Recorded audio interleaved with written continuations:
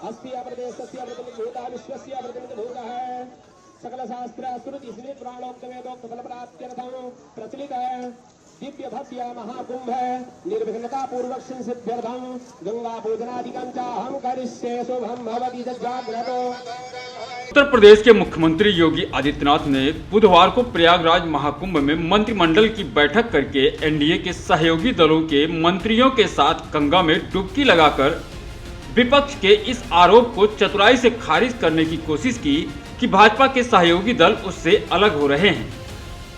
मुख्यमंत्री ने महाकुंभ में कैबिनेट की बैठक करने के बाद उप मुख्यमंत्रियों केशव प्रसाद मौर्य और ब्रजेश पाठक के अलावा अन्य मंत्रियों के साथ बैठक में लिए गए फैसलों पर संवाददाताओं को संबोधित किया। बाद में सीएम योगी ने अपने मंत्रियों के साथ फोटो खिंचवाई और अचानक उन्होंने राजग के सहयोगी दलों के नेताओं और कैबिनेट मंत्रियों, अपना दल सोनेलाल के नेता आशीष पटेल और निषाद पार्टी के प्रमुख संजय निषाद को बुलाया। उन्होंने सबसे पहले उत्तर प्रदेश के तकनीकी शिक्षा मंत्री आशीष पटेल को बुलाते हुए कहा, अरे कहाँ पीछे छुपे हैं आशीष पटेल जी। अभिनंदन करता हूँ। कहाँ गए भाई राजभर जी और ये कहाँ गए अपने आशीष पटेल जी, निषाद राज कहाँ है लोग? आप लोग पीछे क्या छुपे हैं? तो बताइए। सीएम योगी की यह बात खास तौर पर इसलिए महत्वपूर्ण है क्योंकि आशीष पटेल ने हाल ही में कई बार वरिष्ठ सरकारी अधिकारियों पर अपने खिलाफ साजिश रचने का आरोप लगाया था। क्या थी अटकलें?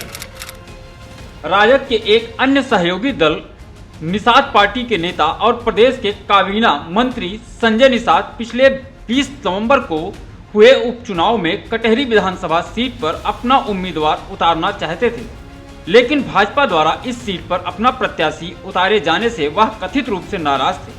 सुहेल देव भारतीय समाज पार्टी के एक अन्य वरिष्ठ सहयोगी और प्रदेश के अल्पसंख्यक एवं पंचायती राज मंत्री ओम प्रकाश राजभर को भी अहमियत दी गई।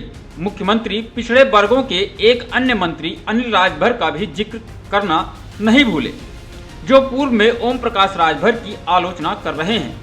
सीएम ने अपनी पार्टी के नेता और वाराणसी से विधायक अनिल राजभर को पुकारते हुए कहा, अनिल कहाँ है? अनिल कहाँ है? अनिल कहाँ? भाजपा की तीनों सहयोगी पार्टियां अपना दल सोनेलाल, निषाद पार्टी और सुहेल देव भारतीय समाज पार्टी प्रदेश में राजनीतिक लिहाज से महत्वपूर्ण अन्य पिछड़े वर्गों का प्रतिनिधित्व करती है।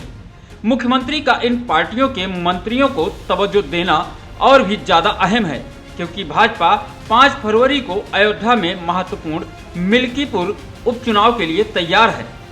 क्या बोले जानकार? राजनीतिक विशेषज्ञों का मानना है कि भारतीय जनता पार्टी के अन्य पिछड़े वर्गों के सहयोगी राज्य की मुख्य विपक्षी समाजवादी पार्टी के पीडीए पिछड़ा दलित और अल्पसंख्यक की एकजुटता के जरिए खुद को मजबूत करने के प्रयासों का मुकाबला करने के लिए महत्वपूर्ण है। प्रदेश के एक वरिष्ठ मंत्री ने कहा, मुख्यमंत्री ने बस यह दिखाया कि भाजपा गठबंधन धर्म निभाने में विश्वास करती है।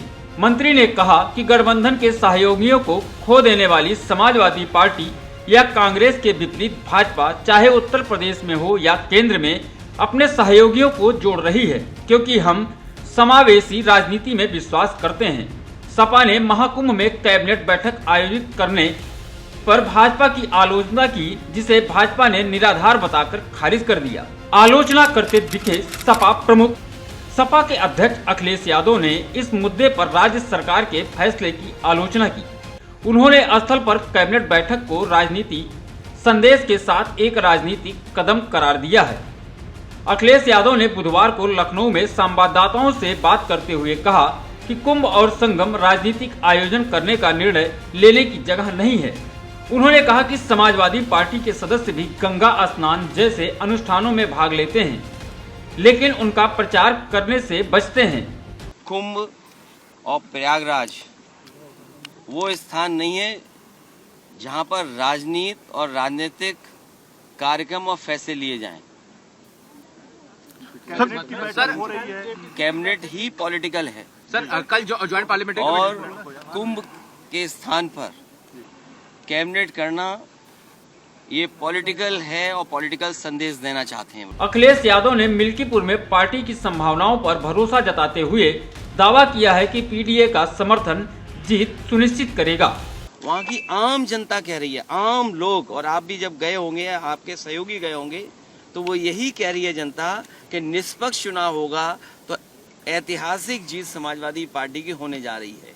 वो बचाना चाहते हैं बेईमानी से, जो उन्होंने बेईमानी बाई इलेक्शन में देखी। कहीं ये सोच सकते हैं कि लोकतंत्र में पुलिस को आगे करके वोट डलवा दें? ये बीजेपी के लोग और बीजेपी की सरकार पुलिस के इशारे पे काम करना चाहती है। हमें कहीं से डेटा मिला था और उस डेटे को मैंने ग्राफ में कन्वर्ट कर करके मैंने ट्वीट कर दिया, सोशल मीडिया पे डाल दिया। वहाँ के लोगों ने जवाब दिया, लेकिन उसके बाद जब दूसरा डेटा भी मैंने डाला, उसके बाद लगा कि वहाँ के अधिकारी, पदाधिकारी और सरकार के लोगों को सांप सूंघ गया। स्पेशल डेस्क जनमत न्यूज लखनऊ।